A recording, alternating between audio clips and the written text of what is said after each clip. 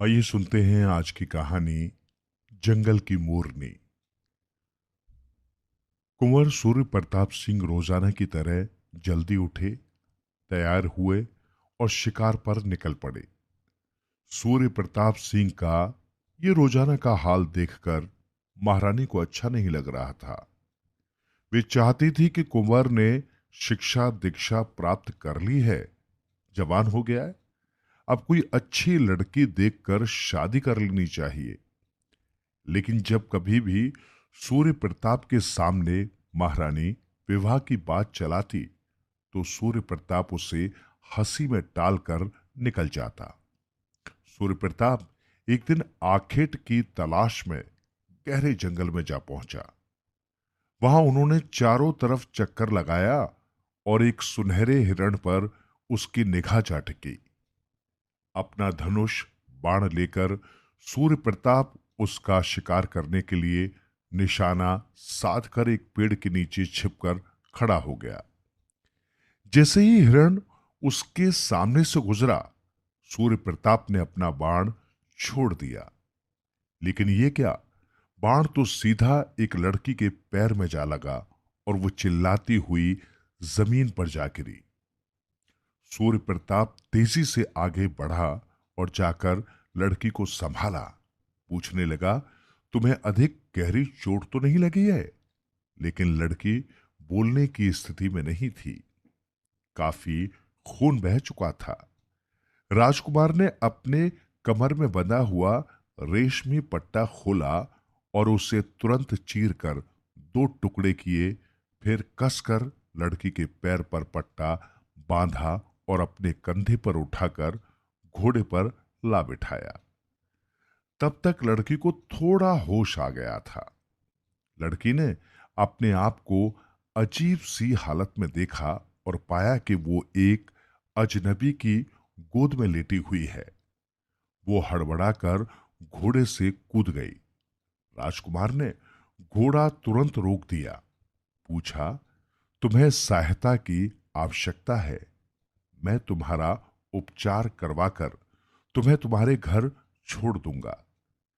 लड़की ने हंसकर जवाब दिया, हम जंगल की लड़कियां हैं, ऐसी छोटी मोटी चोट लगती ही रहती है, हमारी चिंता मत करो।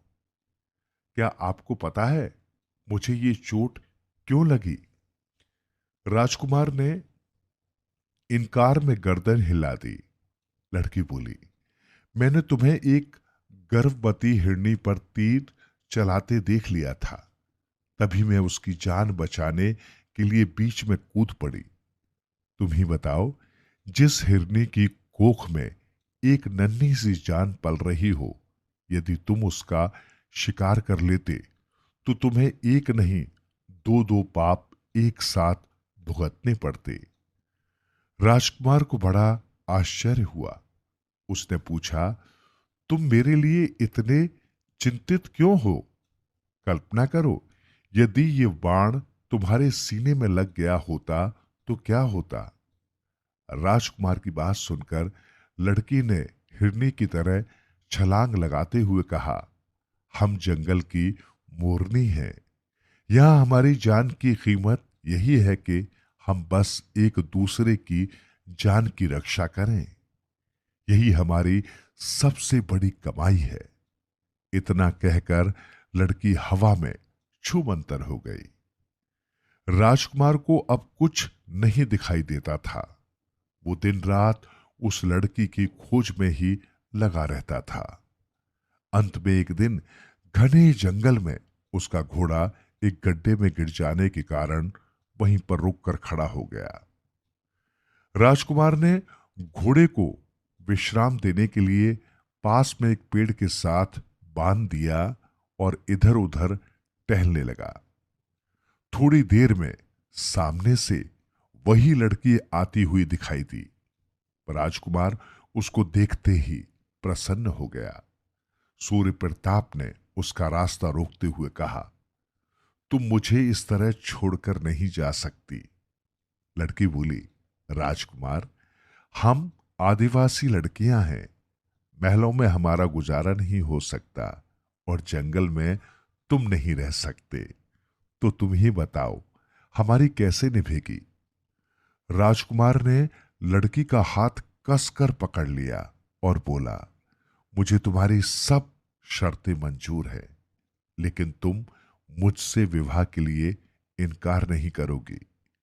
फिर राजकुमार ने उससे पूछा, मैं जिससे विवाह करने जा रहा हूं उसका नाम तो मुझे पता ही नहीं है।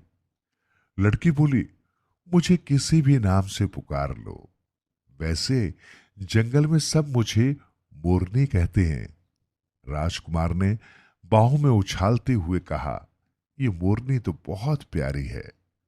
राजकुमार उसे पास के मंदिर में ले गया और वहीं विवाह रचा लिया। मोरनी की खुशियों का ठिकाना नहीं रहा। राजकुमार ने मोरनी से अनुमति लेकर जंगल में ही एक घर बनवा दिया। अब वो कभी महलों में रहता तो कभी जंगल में अपनी पत्नी के पास रहने आ जाता है। महारानी को ये बात बहुत दिनों बाद पता चली। पहले तो वो राजकुमार पर बहुत नाराज हुई, लेकिन फिर स्वयं अपने आप को समझाते हुए कहा, चलो कोई लड़की तो है जो राजकुमार को पसंद आई। एक दिन महारानी बिना बताए जंगल में राजकुमार की पत्नी से मिलने के लिए गई। उसने देखा उसकी बहू बहुत ही साधारण से घर में रह रही है और उसके पास साधारण वस्तुएं हैं। रानी ने अपना परिचय देकर मोरनी को खूब आशीष दिया और कहा, तुम चाहो तो महलों में चल कर रहो, तुम्हें किसी चीज की तकलीफ नहीं रहेगी। मोरनी ने विनम्रता पूर्वक इनकार करते हुए कहा, माँ जी, यदि मैं जंगल को छोड़कर महलों में चली गई तो इस जंगल के हजारों पशु पक्षी जिनके लिए मैं भोजन का प्रबंध करती हूं वे सब परेशान हो जाएंगे। इसी के साथ आदिवासी परिवार के मेरे भाई बहन भी कष्ट में पड़ जाएंगे। रानी ने कोई उत्तर नहीं दिया और आशीष देकर वापस लौट आई। कुछ दिनों बाद कुंवर सूर्य प्रताप सिंह का राज्य अभिषेक हो गया और वो राजा बन गया। राजा बनते ही सूर्य प्रताप ने अपनी पत्नी मोरनी से कहा, अब मैं तुम्हें अपने खर्चों के लिए रोजाना 1000 स्वर्ण मुद्राएं दूंगा, तुम कष्ट मत पाना। मोरनी ने स्वीकृति में गर्दन हिला दी। अब राजमहल से बाकायदा स्वर्ण मुद्राएं मोरनी तक आने लगी। इस तरह लगातार 2-3 साल तक स्वर्ण मुद्राएं मोरनी तक आती रही, लेकिन उसके रहन सहन, खान पान और पहनावे में कोई फर्क नहीं पड़ा। राजा सूर्य प्रताप सिंह ने इस बात पर कोई ध्यान नहीं दिया।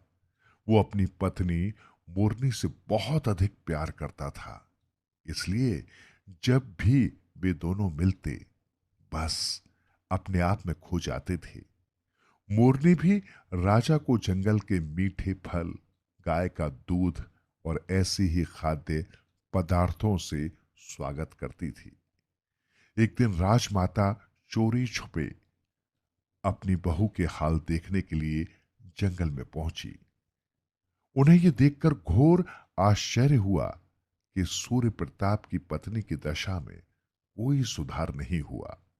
वो पहले की तरह साधारण तरीके से ही रह रही थी। हाँ, उसके चेहरे पर प्रसन्नता और नूर खूब टपक रहा था। राजमाता ने महल लौटकर अपने बेटे से शिकायत की कि राजकोष से हम रोजाना हमारे राजकुल की वधू के लिए स्वर्ण मुद्राएं भेजते हैं, फिर भी उसकी दशा साधारण नागरिकों जैसी क्यों है?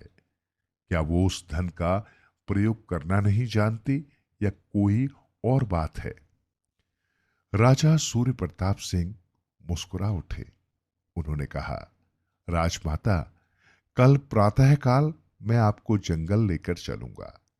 आप खुद अपनी आंखों से देखें और बताएं कि आपकी बहू आपके द्वारा दी जाने वाली धनराशि का सदुपयोग कर रही है या दुरुपयोग। प्रातःकाल होते ही राजा सूर्य प्रताप ने अपना रथ सजवाया और राजमाता को साथ लेकर जंगल में निकल पड़े। थोड़ी दूर जाने पर नदी के किनारे पहुंचते ही उन्होंने देखा, जो नदी पहले तटबंध तोड़कर इधर उधर निकल जाती थी, अब वहां सुंदर सुंदर घाट बना दिए गए थे। और आगे जाने पर देखा, जंगल में पशुओं के पीने के लिए पानी के सुंदर हौद दिखे। जगह जगह परिंदे थे और सुंदर घोंसले दिखाई दिए। और आगे बढ़े तो राजमाता को आदिवासियों की व्यवस्थित बस्तियां और उनमें ढेरों दुधारू गायें बकरियां दिखाई दी। राजमाता ने पूछा, तू ये सब क्यों दिखा रहा है मुझे? सूर्य प्रताप बोले, राजमाता, आप जो स्वर्ण मुद्राएं मोरनी को भेजती हैं, ये सब उसी का कमाल है। वो इस सारे धन को जंगल, जमीन और जमीन के लोगों के लिए खर्च करती है। राजमाता ने तुरंत ही सूर्य प्रताप से कहा, मुझे मेरी बहू के पास ले चलो। मोरनी ने राजमाता को देखा तो झुककर प्रणाम किया। राजमाता ने आज पहली बार अपनी बहू को गले से लगाकर ढेर सारा आशीर्वाद दिया और कहा, वैसे तुमसे जबरदस्ती तो नहीं करूंगी, लेकिन फिर भी मैं चाहती हूं कि तुम अब राजमहल में आकर रहो और जंगल के साथ साथ नगर के लोगों के लिए भी इसी तरह कल्याण के कार्य करो और सूर्य प्रताप का हाथ बटाओ। मोरनी ने प्रसन्नता से राजमाता के आदेश को मान लिया।